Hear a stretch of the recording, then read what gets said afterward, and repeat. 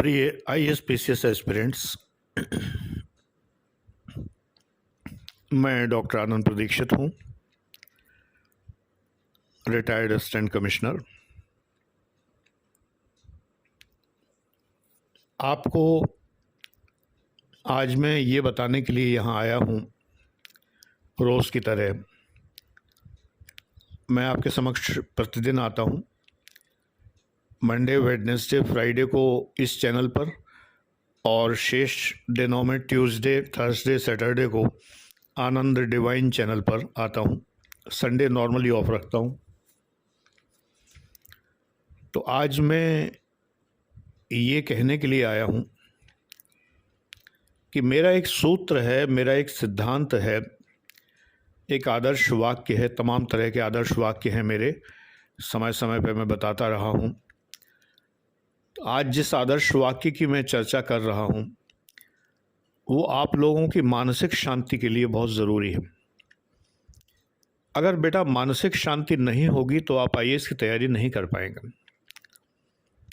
इसलिए मेरी एक बात मान लीजिए, यारी दोस्ती समूहों से दूर रहिए, क्योंकि वहाँ पर बहुत सी बातें ऐसी होती हैं जो आपके विरुद्ध होती हैं, आपकी मानसिक शांति के विरुद्ध होती हैं, आपके करियर के विरुद्ध होती हैं। आपको बहुत सारे वेटरन यानी धुरंधर पुराने छात्र ऐसे मिलते हैं जो आपको कहने को तो ये लगता है कि मोटिवेट करेंगे, लेकिन सच बात यह है कि डिमोरलाइज कर जाते हैं परमानेंट रूप से। जैसे आपको तमाम लोग ऐसे मिलते हैं जब कि ये 4 बार प्री क्वालिफाई कर चुके, 2 बार मेंस लिख चुके, 2 बार इंटरव्यू में बैठ चुके, नहीं निकले। तो देखने में ये लगता है शायद इससे आप मोटिवेट होंगे कि आप उन लोगों के बीच में हैं जो कई बार प्री निकाल चुके हैं, कई बार मेंस निकाल चुके हैं और कई बार इंटरव्यू दे चुके हैं। मेंस निकालने का मतलब ये है कि इंटरव्यू दे चुके हैं।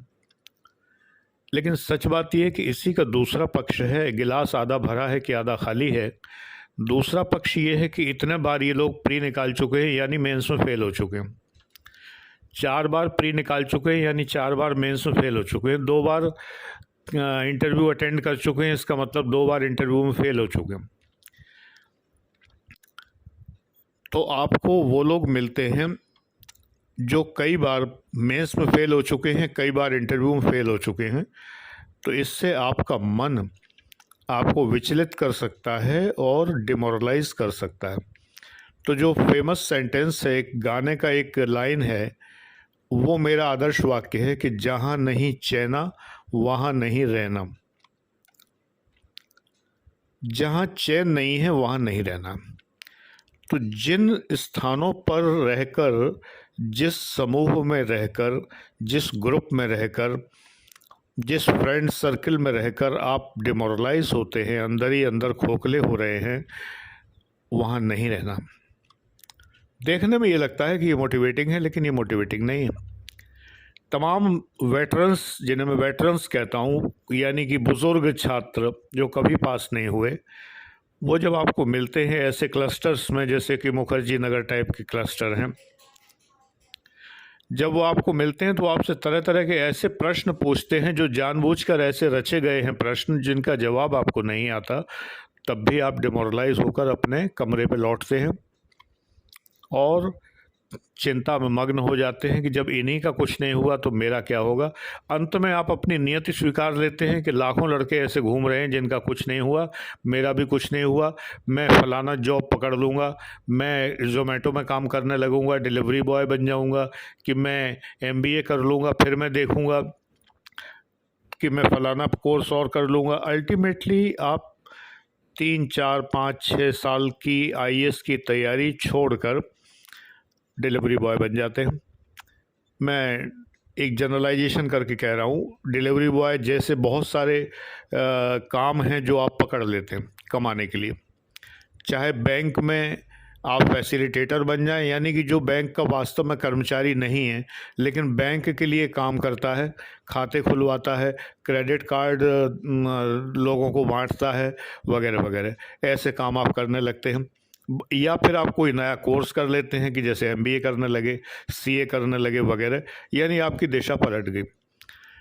तो दिशाहारा दिशाहीन हुए आप अल्टीमेटली जो है 4-5 साल गोल्डन जो आपके जवानी के हैं, जिनमें आप बहुत पैसा कमा सकते थे और बहुत करियर की ऊंचाई प्राप्त कर सकते थे, वो केवल इसलिए गंवा बैठे क्योंकि आपने मेरे इस सूत्र पर ध्यान नहीं दिया कि जहाँ नहीं चैना वहाँ नहीं रहना। यानी कि जहाँ चैन नहीं है, आप समझ ही नहीं पाए कि यहाँ चैन नहीं है। आप ये जान ही नहीं पाए कि आप डिमोरलाइज हो रहे हैं। आप ये जान ही नहीं पाए कि जो मुखर्जी नगर टाइप की जगह है, इनका विष आपके शरीर में किस तरह धीरे धीरे इंजेक्ट हो रहा है और आपको यथास्थितिवाद सिखा रहा है, स्टेटस को कि न सेलेक्ट होना आपको रास आने लगता है। आप पहले से तैयार होते हैं जब आप एग्ज़ाम देते हैं कि मैं क्वालिफाई नहीं करूँगा। आप पहले सोच के जाते हैं और आप इस बात के ऊपर बड़े महिमा मंडित करते हैं, अपने को गर्व महसूस करते हैं कि बस 3 नंबर रह गए थे, एक क्वेश्चन नहीं आया, एक क्वेश्चन में संदेह है, होना तो है नहीं इस बार, ये तो पक्का है, कट ऑफ इतनी जानी है, ये है वो है। पूरा पंडित आप बन जाते हैं एकदम कट ऑफ को लेकर। आपको पूरे आंकड़े पिछले 10 साल के याद होते हैं और आप स्वीकार कर लेते हैं कि आपका नहीं होगा। और उसके लॉजिक भी आपके पास होते हैं, माँ बाप को बताने के लिए भी लॉजिक होता है, तर्क होता है कि वो 3 क्वेश्चन अगर कर लिए होते तो कलेक्टर हो गए होते। तो वो 3 क्वेश्चन, 2 क्वेश्चन, 1 क्वेश्चन नहीं आप कर पाए, इसलिए आप 1 नंबर से, 2 नंबर से, 3 नंबर से रह गए। बस ये आप स्वीकार कर लेते हैं और ये स्वीकार करके आप सदैव फेल होते रहते हैं, करियर से भटक जाते हैं, केवल उन लोगों की कृपा से जो आपको डिमोरलाइज कर रहे हैं। आप समझ ही नहीं पाते कि आप डिमोरलाइज हो रहे हैं। मुझे यही कहना था। मैं डॉक्टर आनंद प्रदीक्षित हूँ, 4 बार PCS में सेलेक्टेड हूँ। लगातार IAS की उम्र निकल गई थी जब मैंने सोचा सिविल सर्विस में बैठने के लिए, तो मैं लगातार 4 पदों पर सेलेक्ट हुआ 4 साल में और फिर उसके बाद IAS रैंक पर पहुँचकर असिस्टेंट कलेक्टर कम असिस्टेंट कमिश्नर मैंने वॉलंटरी रिटायरमेंट लिया। 23 साल से आप लोगों को पढ़ा रहा हूँ, 7 साल से यूट्यूब पर आपके सामने हूँ प्रतिदिन। God bless you.